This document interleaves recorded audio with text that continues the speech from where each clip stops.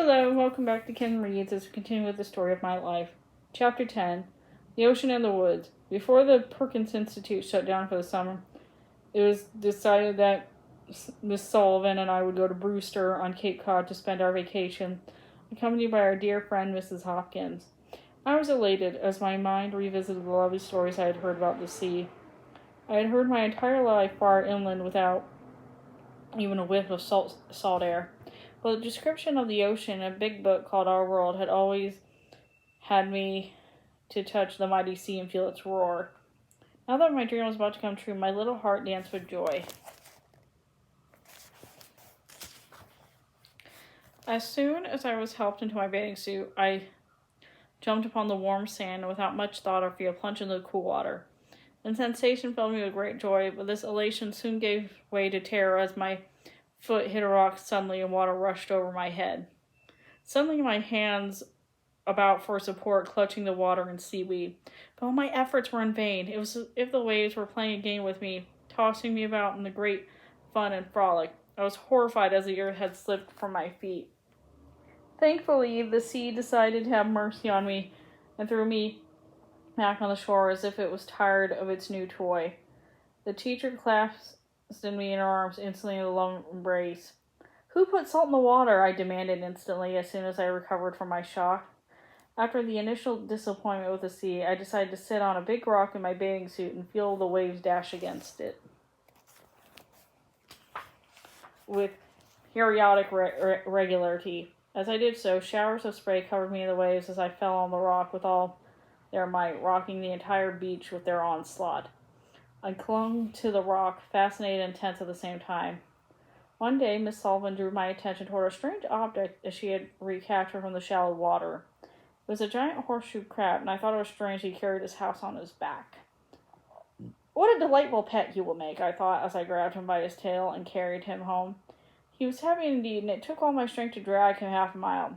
I pestered Miss Sullivan until she agreed to place the crab in a trough near a well where I was sure he'd be safe.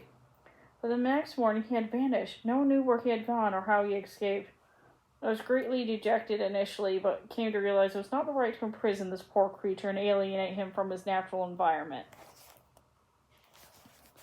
Hence, the thought that he had returned to the sea made me happy later. I returned to my southern home in autumn with a heart full of happy memories and experiences. That began my resurrection of sorts, as the treasure of a brand new world were suddenly revealed to me. I met with so many people who had spelled in my hand, and the white, empty spaces between my mind and the mind of others bloomed like a rose. The autumn months were spent with my family at our summer cottage, which was located atop a mountain 14 miles from Tuscumbia. This was named Fern Quarry because of an abandoned limestone quarry in its proximity. Three merry little streams ran straight through it, descending from springs in the rocks above. The opening was full of ferns that totally covered the limestone beds, but also hiding in the streams here and there. The rest of the mountains were thickly wooded with massive oaks and splendid evergreens that boasted of trunks like mossy pillars. Garlands of ivy and mistletoe descended from the branches, and the fragrance of persimmon trees lingered in every nook and corner of the wood. This fragrance set the heart at ease. Wild muscade and scuppernong vines swung from tree to tree in some area, frequented by mother butterflies and buzzing insects. During the late afternoon, it was lovely to lose ourselves in the woods and to breathe in fresh air. Our cottage was a rough camp of sorts, strategically located on top of the mountain amidst oaks and pines. There was a long open hall with small rooms arranged on each side of it. A wide piazza was round behind the house. Here the mountains blew, carrying sweet wood scents. I spent most of the time on the piazza eating, working, and playing. A huge butternut tree was out the back door, and the steps had been constructed around it. In front, the trees were so close I could touch them to feel the wind giving their branches a shake. Fern Quarry received many visitors. In the evening, The men played cards by the campfire and talked about sports and other topics. They exchanged fishing and hunting stories involving catching and the most elusive fish, outrunning the fastest deer, or hunting the wiliest of foxes. They spoke with so much confidence that I was convinced that animals like the lion and tiger were no match for these experienced hunters. The smell of coffee, the rattling of guns, the heavy footsteps of the men woke me up at the crack of dawn. I sensed horses stamping about which belonged to these hunters. The horses had carried the men from town and were tied to the trees all night as they neighed loudly, eager to set off. At last the men mounted the horses, and the party rode off with loud cries of with hark, whoop, and a wild hallelujah. We decided to make a barbecue later in the morning. We rekindled a fire at the bottom of the deep hole. Then big sticks were laid crosswise at the top, which meat was hung and turned on spits.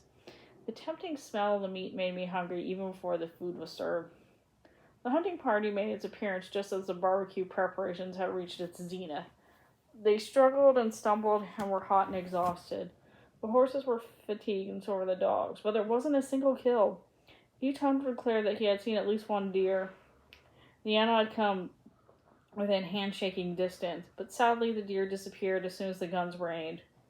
The hunters soon overcame their disappointment as we sat down together to enjoy a meal of veal and roast pig. One summer I had my own pony at Quarry. I named him Black Beauty after the character in the famous book, as he resembled his namesake in every other possible manner, right down from the glossy black coat to the white star on his forehead. Many of my treasured moments were spent riding Black Beauty. Miss Sullivan would let me go riding of the leading rein, and the pony trotted or stopped to chew on the grass as he wished. When I did not wish to ride, my teacher and I would get lost in the woods after breakfast, returning to the cottage with arms full of ferns, goldenrod, laurel, and lovely swamp flowers that are typically characteristic of the South. Besides collecting flowers, we also went nutting with Mildred and my little cousins. I helped them open the chest burrows and break the shells of pig, sweet walnuts, and hickory nuts. A railroad was present at the base of the mountain where the children watched the trains go by speedily. They sound a loud whistle made us rush to the steps one day. And excited Mildred informed me that a cow or horse had strayed on the tracks.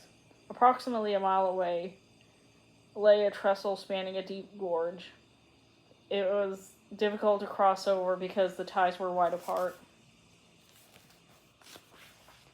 and narrow. It was almost like walking on thin ice. I had never crossed this one until one day Miss Sullivan, Mildred, and I were lost in the woods. Wandered for hours without finding a way back home. "There's the trestle," Mildred suddenly exclaimed. Ideally, we would not have chosen to take such a precarious path, but it was getting dark and late, and the trestle offered a shortcut to reach home.